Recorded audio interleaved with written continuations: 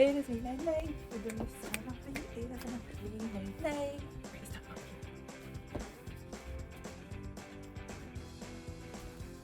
It is MeMadeMay, which is the greatest month of the year for us sewists all over the globe to get super inspired, reignite our love, or find some new patterns, find some fabrics, find some new buddies all across the globe. It's amazing. It is such an inspiring time of year, and I love it because it's a big FU to fast fashion, and it's a big FU to also to anyone who says, well, sewing, that's a lost art. Not at all true. I see us, there's thousands, millions of us, and it is so encouraging and so cool to see this many people sewing their own clothes. So today I'm going to share my 3-part pledge with you all for my MeMadeMay 2025. Every year people make a pledge. It can be whatever you'd like it to be. Some years it's actually been for me to not sew anything because I didn't need more clothes and my wardrobe was bulging. So my pledge that year was just to wear more of my MeMades and like get reacquainted with them from the back of my closet. But first, if we haven't met before, kia ora, hi, I am Sarah So Love. I'm coming to you from Aotearoa, New Zealand, here in my sewing studio where I sew with all sustainable, repurposed op-shop fabrics, secondhand fabrics, offcuts from my sewing projects, and loads of other people send me their offcuts too. I make products and sell them, which ideally inspire people to head outside and enjoy nature more. And I also teach sewing. I've been teaching sewing for the last 12 years all over the countryside. It is my absolute joy to help people feel upskilled and empowered doing the stitcheroo. Okay, so the first pledge for 2025, my MeMadeMay, is to set up a sewing space at home. In my room there is a space and there's a beautiful sunny window, and I'd love to set up a desk. It would be kind of figuring out different ways to organize and prioritize sewing tools and sewing fabrics to have at home for my personal projects. So that is going to be a challenge for me, but I think it'll be really lovely and therapeutic to have that space at home. It is a 40-minute bike ride to get here, and when I come here to the sewing studio, it is definitely like work mode and sewing custom orders and preparing for classes. So it's not making pretty dresses for myself at all. Part 2 of my sewing pledge is I would love to, and I am going to sew with some patterns that I have purchased ages ago and never actually sew in with.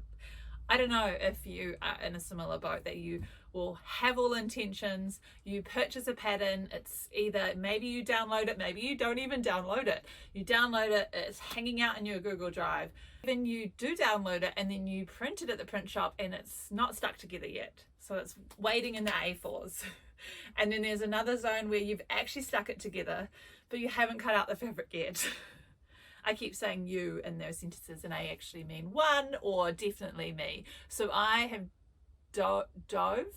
I've headed on in to my selection of patterns that I haven't yet sewn with, and I've chosen a couple for a little bit of variety and spice. So the first pattern I want to sew is the tapioca trousers, which I had in my saved folder on Instagram for so freaking long, and I finally purchased it and I finally printed it out and I've even stuck it together, but I haven't sewn them yet. So the tapioca trousers are from Jessica's Closet. I'm going to sew them up with this beautiful, stunning, I think I got this at the D-Stash, the fabric D-Stash market. So this is going to be some pleated trousers, but what I'm going to do is sew them up as shorts first so I can double check the fitting around my waist and make them in as a trouser. So I'm really looking forward to doing that this month. The second pattern is the Pebbles dress from Sarah at My Keeper, a fellow Kiwi. I've selected this sheet, which I have had for a very long time. I'm hoping there's enough fabric for it, but I think it's very My Keeper floral. I like this dress. It's different to what I've seen out there in the indie pattern world lately. So I'm looking forward to it. I feel like it's going to be a fun party frock. The third pattern to add the variety and spice is the Isabel swimsuit from Edgewater Ave. I always want to call it Edgewater Rave because the R in the water, the R in the water links in with the Ave. So I'm like, Edgewater Rave. And they're like, you know, it's a strappy, it could be a rave outfit. Anyway, I have this sack of swimwear offcuts from different projects.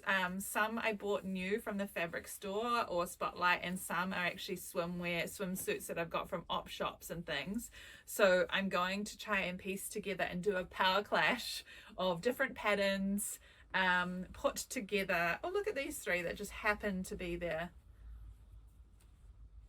and see what it ends up like. I do love this pattern. It is double-sided, so I might try and do something completely different on the other side. There's the 3 patterns that I'm going to sew this month. I will make some more videos going through the steps and process and share those with you, and maybe hopefully I can do that at my sewing desk at home, not here in the studio.